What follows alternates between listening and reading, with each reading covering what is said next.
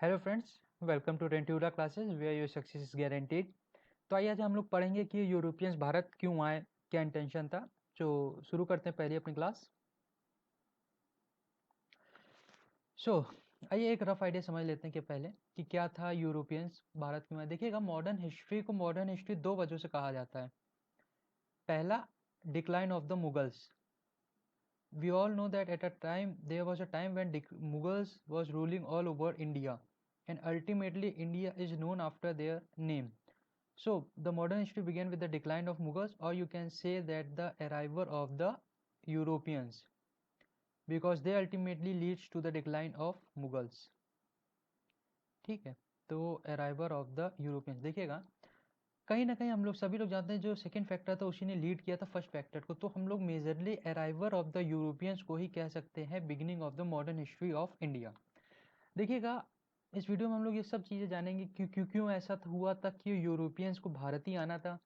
क्या ऐसे सर्कमस्टांसेस थे कि अरब और यूरोपियंस के बीच एक लड़ाई हुई थी जिसकी वजह से यूरोपियंस को भारत मार्केट में अट्रैक्शन हुआ था। और ऐसी और भी वजह है जो कि सारी इस वीडियो में हम लोग कवर करेंगे। इसके बाद आपको कोई भी कहीं से पढ़ने की ज़रूरत नहीं, सारे नोट्स हम लोग आपको प्रोवाइड करेंगे। पीडीएफ आपको हमारे टेलीग्राम चैनल पे मिल जाएगी, और जो भी इससे रिलेटेड क्वेश्चन और एडिशनल फैक्ट्स होंगे वो हम लोग आपको अदर से भी प्रोवाइड कर देंगे। तो शुरू करते हैं पहली class. Coming of the European Portuguese after decline Arab empire. After decline of Roman empire, Arab है establish their domination in Egypt और पर्शिया। देखिए, रोमन एम्पायर जो था वो एक समय का बहुत बड़ा एम्पायर हुआ करता था over almost all over the world. इसी का ही राज था, इजिप्ट हो, पर्शिया हो, या और भी यूरोपियन पार्ट हो। आप लेकिन जब इसका डिक्लाइन हुआ तो अरब मतलब मुसलमान जो थे उन्होंने अपना डोमिनेशन इजिप्ट और पर्शिया में अपना लिया, और जो अदर उनके जो मुस्लिम कंट्रीज थी वहाँ पे भी अरब का ही एक डोमिनेशन हुआ करता था। In 1453 Constantinople fell to Ottoman Turks. Turks को तुर्किश कहा जाता था, ये भी कहीं ना कहीं एक इन लोगों का मुस्लिमी वो हुआ करता है रिलीजन। तो जो कॉन्स्टेंटिनोपल था 1453 में वो भी ऑटोमन टर्क्स को मिल गया। देखिएगा, जो मेन भारत के गुड्स थे वो यूरोपियन मार्केट्स में जाते थे अरब इंटरमीडिएट्स के थ्रू। मतलब दलाल सिस्टम जो था वो इन लोगों ने बहुत पहले ही अपना चुके थे कि यूरोपियन जो भी हमसे गुड्स लेंगे वो कहीं ना कहीं अरब के थ्रू ही लेंगे, जिसकी वजह से अरब लोगों का अपना एक मार्केट सेट थी विदेश में, जिसका वो कमीशन खाते थे, और जो माल यहाँ से वो लोग कम रेट में लेते थे वो यूरोपियंस को ज़्यादा उसमें पड़ता था। लैंड रूट था वो भी कंट्रोल किया जाता था अरब के थ्रू। तो there was a no chance कि यूरोपियंस कहीं ना कहीं भारत पे आ पाए। जो भी उनका फैक्टर्स हुआ करते थे वो अल्टीमेटली लीड्स टू द मतलब जो भी उनके फैक्टर्स थे वो कहीं ना कहीं अरब के थ्रू ही पॉसिबल थे कि वो पूरे हो पाए। तो इन लोगों का कहीं ना कहीं से बहुत पहली मंशा थी कि हम लोग भारत आए। तो यूरोपियंस डिसाइड किया था कि अब हम लोग find route to India by direct sea route, क्योंकि पूरे इंडिया देखिएगा पूरा ये जो था यहाँ, ये अरब जहाँ के थ्रू ये लोग आ सकते थे, ये पीछे चाइनीज, ये पूरा कहीं ना कहीं एक डोमिनेशन अरब वालों का था। तो अब इन लोगों ने सोचा कि हम लोग डायरेक्ट सी रूट के थ्रू आएंगे, which is not an easy task, और कोई भी अरब इस बारे में सोच भी नहीं सकता था, क्योंकि अब यहाँ पे कंपास चल गए, पहले सब कुछ नहीं हुआ करता था। So there was just like Hindi word में हम लोग का एक भूल भुलैया थी कि आप लोग गए तो आपको कोई चांस नहीं थे कि आप लोग वापस आ पाए। तो खैर इन लोगों ने डायरेक्ट सी रूट के बारे में सोचा था। They also made great advances in sea building, economic development also progressing. देखिएगा, यूरोपियंस ने कहा कि अब हम नॉर्मली तो जाएंगे नहीं वहाँ कि हम लोग एक शिप लेके घुमा दे। तो इन लोगों ने जो अपना मेन प्रोग्रेस किया था वो किया था शिप बिल्डिंग में। Multi deck ship, the powerful with cannons placed on their ship. तो उन लोगों ने शिप्स पे अपना पूरा ध्यान दिया कि हम लोग एक सी के थ्रू अगर जाएंगे तो हम लोगों को एक अच्छी शिप चाहिए थी। इकोनॉमिक ऑल्सो प्रोग्रेसिंग दिया। प्रिंस हेनरी ऑफ पोर्टुगल के प्रिंस हेनरी थे, जिनका नाम ही एक नेविगेटर कहा करता था, उनका भी इंटरेस्ट था इसमें कि हम लोग डायरेक्ट सी रूट ढूंढे भारत के लिए। आगे देखते हैं। तो फाइनली पोप निकोलस जो थे उन्होंने प्रिंस हेनरी को एक बुल दी 1454 में। It was a symbol of a domination of dominating nature की, आप बहुत अच्छा काम कर रहे हैं, इस वजह से उन्होंने एक बुल एक सिंबल के तौर पे उनको दिया, और एक ड्यूटी दी कि आपको सी का रूट जो है वो पता करके लाना है, means how we can navigate to India by sea route.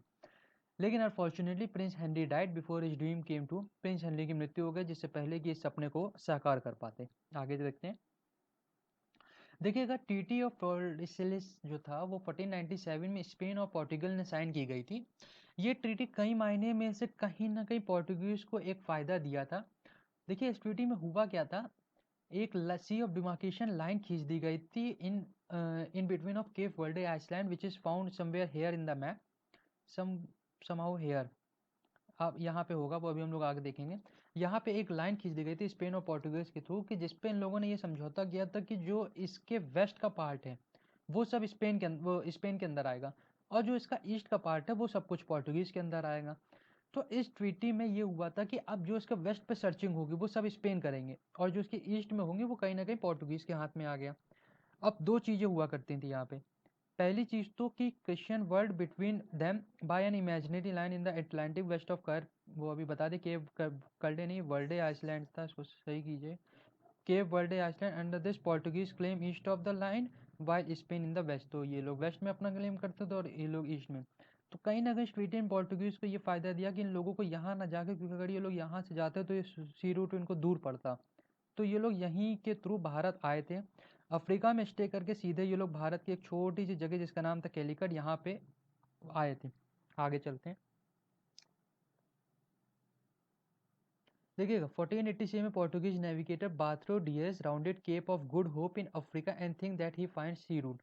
देखिएगा जब आप अफ्रीका का मैप देखेंगे ये, तो यहाँ पे कहीं पर एक पड़ता है Cape of Good Hope. Portuguese ने, और क्योंकि वो लोग शांत तो बैठे नहीं, प्रिंस हेनरी के बाद फिर इन लोगों ने बार्थियो डियाज को भेजा। जब बार्थियो डियाज यहाँ से आए पूरा, तो ये लोग यहाँ पहुँचे और इनको लगा यही भारत है। लेकिन अनफॉर्चुनेटली ये कोई सी रूट नहीं था, it was just a major island that he miss thing that it was an India. After 10 years, 1497, finally expedition of Portuguese reached in India in less than 11 months in May 1498 by Vasco da Gama. So finally 1497 में भारत के लिए एक सी root वहाँ से चला Portuguese, जिसके main D root कर रहे थे हमारे वास्को दा गामा।